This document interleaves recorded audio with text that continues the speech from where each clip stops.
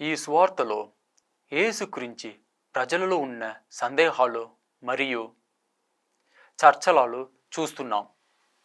యెరూషలేములో ఉన్న కొందరు ప్రజలు యేసును చూసి ఆశ్చర్యపడ్డారు.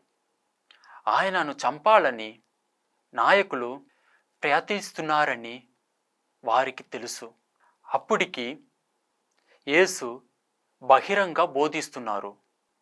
అందుకే వారు ఆలోచించారు, ఇతనే క్రీస్తా, కానీ ఇతను ఎక్కడి నుండి వస్తాడు మనకు తెలుసు.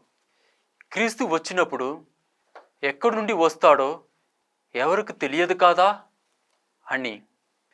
ఈ సందర్భంలో యేసు ఒక ముఖ్యమైన సత్యాన్ని ప్రకటిస్తున్నారు.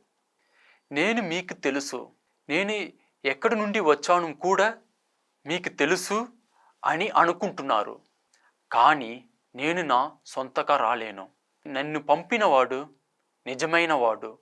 యేసు తనను పంపిన తండ్రి గురించి వారికి తెలియడని చెప్పాడు.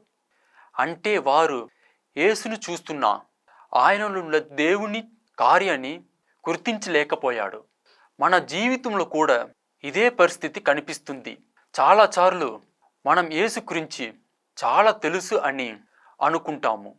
స్వార్థం వింటాము, ప్రార్థనలు చేస్తాము, ఆచారాలు పాటిస్తున్నాము. కానీ యేసు ఎవరో నిజంగా మన హృదయంలో గుర్తించి సేఫ్కరిస్తున్నామా అనే ప్రశ్న మన ముందుకు వస్తుంది.